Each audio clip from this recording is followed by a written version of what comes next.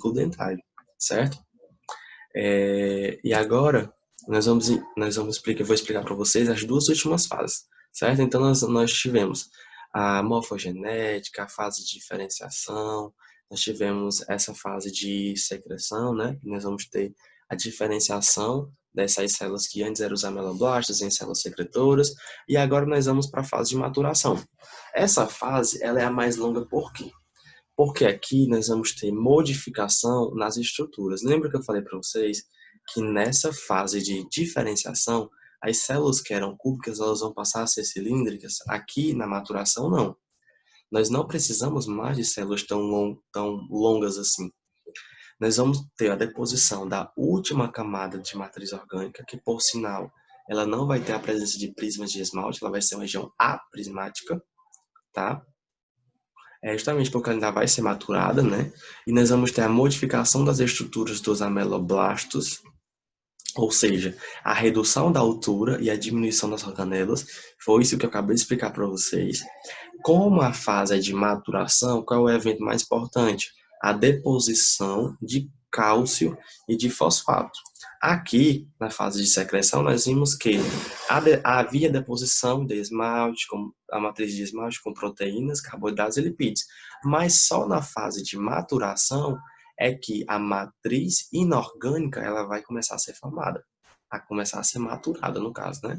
Então, nós vamos ter a deposição de cálcio e de fosfato. Ocorre de forma centrífuga e é uma maturação pré-eruptiva. Então, não é uma maturação que depois que o dente erupcionou, ele vai sofrer maturação. Não. Antes mesmo dessa erupção, ele vai passar por um processo de maturação. E a última fase dessa amelogênese é de proteção. Então, aquela fase aquela função que os ameloblastos tinham de transformar aquelas células diferenciadas em células secretoras e, consequentemente, secretar, sintetizar esse esmalte, ela vai diminuir, né? Então, eles vão deixar de ter essa função secretora, por quê? Porque aqui nós já tínhamos essa modificação. Na fase de proteção, mais ainda. Como nós vamos deixar de ter a função secretora, nós vamos diminuir agora, principalmente, o tamanho e aquela forma cilíndrica do dente, que foi adquirida na forma de diferenciação, ó, na fase de diferenciação. E aqui nós vamos ter a formação do epitélio juncional. Nós conseguimos observar esse epitélio juncional junto com o epitélio interno e o epitélio externo do órgão do esmalte, né? Na odontogênese. E aí nós vamos ter também que, com o passar da idade, nós vamos ter modificações nessa estrutura do esmalte. Como, por exemplo, o quê? A diminuição desse conteúdo orgânico e a perda de água, né? Mas são compostos que a gente tem em menor quantidade, né? Mas, em contrapartida, enquanto nós temos essas modificações com o esmalte, nós temos que a dentina, uma condição que eu explico para vocês, uma característica, é que a dentina ela é formada com o passar do tempo, né? Então, quanto mais tempo a gente vai passando, mais a gente vai produzindo essa dentina, né? É tanto que na dentição descida nós temos mais esmalte do que dentina, tá? Então, são processos bem distintos. Uma característica importante. Nós temos aqui os prismas de esmalte. Essa imagem é bem interessante. E esses prismas de esmalte, eles vão conferir a deposição dessa estrutura, né? E aí, nós temos que, entre um prisma e outro prisma, nós vamos ter uma região que é chamada de interprismática, né? Como o nome já diz, muita coisa. Dá para a gente deduzir. Agora nós vamos entender alguns elementos, né? Alguns elementos estruturais desse esmalte, tá? Esse esmalte dentário. A primeira são as linhas de Hertz. E talvez essa estrutura é uma das mais importantes. Por quê? Porque são linhas incrementais que vão refletir períodos de deposição e de repouso intermitente na formação do esmalte. Então, nós vamos ter esmalte aqui já formado, dentina, junção amelodentinária, que é a jade, tá? E nós vamos ter aqui, ó, as linhas incrementais. Elas vão estar paralelas umas com as outras e elas vão estar paralelas com a junção melodentinária. Então, elas vão refletir períodos de deposição e de repouso intermitente desse esmalte, como eu já falei para vocês aqui. Estão paralelas umas com as outras e o que? Estão paralelas à junção amelodentinária, tá? É importante vocês terem conhecimento sobre isso. E os fusos de esmalte? Os fusos de esmalte, vamos observar aqui. Nós temos dentina, junção amelodentinária, nós temos o esmalte e aqui, gente, ó, nós temos os fusos de esmalte. Os fusos de esmalte nada mais é do que a continuação dos tubos dentinários. Então, como aqui nós temos a dentina, nós vamos ter o quê? Os tubos dentinários, que vão abrigar o quê? Os prolongamentos odontoblásticos. Então, os fusos de esmalte vai ser justamente essas regiões aqui que dizem respeito à continuação dos túbulos dentinários e são formados nos primeiros momentos da formação desse esmalte, que é a amelogênese.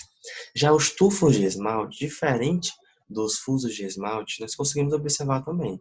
Aqui nós temos o quê? Os fusos de esmalte, mas olha a diferença dos tufos de esmalte para os fusos de esmalte. Nós temos dentina, né? Aqui também, esmalte.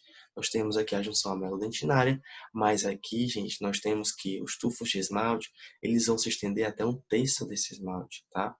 E nós vamos ver que os tufos eles vão se diferenciar de outra estrutura que a gente vai ver posteriormente, até mesmo de acordo com a sua extensão. Enquanto nos tufos de esmalte nós temos até um terço da espessura, nós temos que as lamelas elas vão estar em toda a extensão, mas terminando aqui os tufos de esmalte, nós temos que eles são grupos de prismas hipermineralizados, ou seja, nós temos uma deficiência na mineralização, e aí eles conferem até mesmo essa coloração, né?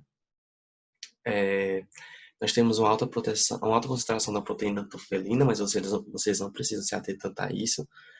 Mais uma vez, vão se projetar até um terço da espessura do esmalte, como eu já falei para vocês, né? E eles têm esses nomes, né? Tufos de esmalte, porque eles lembram tufos de grama, tá? As lamelas de esmalte e a junção amelodentinária, como já falei para vocês, nós temos dentina, junção amelodentinária, esmalte, e aqui nós temos as lamelas de esmalte, né? E a jade aqui. As lamelas de esmalte também são relacionadas às regiões de mineralização. São finas folhas de matéria orgânica, né, que se estendem por toda a espessura do esmalte. Então, outra diferença dos tufos de esmalte é que nos tufos de esmalte nós temos a extensão dele até um terço desse esmalte. Já nas lamelas de esmalte, ó, vai em toda a extensão, em toda a espessura desse esmalte. Mais uma vez, são regiões hipomineralizadas e tem um formatinho de fita, certo? Gente, mas por que a gente estuda esse esmalte dentário? Primeiro porque faz parte da composição do nosso dente. Segundo porque a gente vai trabalhar muito com esmalte dentário ou com outros materiais como resina composta, que é uma tentativa de restaurar um dente, né, que está com cavitação, por exemplo, ou uma fratura, por exemplo, também. E aí nós temos também que estudar para entender algumas lesões, algumas alterações nesse tecido, como por exemplo, ó, a hipoplasia do esmalte. A hipoplasia do esmalte é uma alteração que confere a quantidade de células inferior do que o normal, tá? Então nós temos células para menos, e aí nós vimos tanto naquela imagem radiográfica, quanto aqui, ó. Nós temos uma deficiência na quantidade de esmalte, ó. Então, caso clínico de um indivíduo apresentando um elemento dentário, né, o DET21, com a hipoplasia do esmalte, ó, esse dente aqui. E nós temos a fluorose, né, que é uma lesão que está acometendo toda a extensão desse dente. Não é apenas a margens, a cervical, por exemplo, né? Porque a gente sabe que cárie para ter o seu desenvolvimento, nós precisamos ter a presença de biofilme, né? Biofilme é açúcar dependente. Mas, geralmente, nós não temos uma lesão de cárie em toda a extensão do esmalte. Na maioria dos casos, nós começamos aqui, ó, na margem gengival, tá? Que é justamente onde tem um acúmulo maior de biofilme. E aí a fluorose, ela tem essa diferença, né? Que ela está acometendo aqui justamente pelo excesso de flúor, né? E por último, nós temos aqui a amelogênese imperfeita, que é justamente onde vai ser acometido naquelas fases de formação do esmalte, né? De morfogenética, de diferenciação, a fase secretora, a fase de maturação, a fase de proteção, certo? E aí o teste dessa monitoria são 4 questõezinhas bem simples. Como diferenciar o esmalte da dentina, quais são as fases da amelogênese, cite 3 características do esmalte e qual a importância das linhas de Hertz, certo? E aí, gente, deixa eu colocar aqui meu e-mail que eu acabei esquecendo, para vocês enviarem. Gabriel Cosme 2001 @gmail.com, gmail.com. Então vocês enviam aqui nesse e-mail, tá? E a gente coloca a presença de vocês, né? E também não esqueçam que esses TEDs são importantes para vocês adquirirem aquele ponto extra no NP de vocês, tá bom? Vocês podem ganhar até um ponto extra no NP de vocês. Então, assistam às monitorias e enviem esse TED, tá bom? E aí, gente, só realmente agradecer vocês, né? Quem conseguiu assistir até agora a monitoria. Aqui tem os nossos horários de atendimento, então fiquem bem à vontade. Na sexta-feira a gente está disponível o dia inteiro para tirar as dúvidas de vocês, tá bom? Aqui nós temos as referências, né? Tanto artigo como livro, como site, as referências bibliográficas, fiquem à vontade. E é isso. Muito obrigado e espero que vocês tenham conseguido entender essa monitoria de esmalte dentário. Qualquer coisa, tamo junto, estamos à disposição de vocês. Um grande abraço.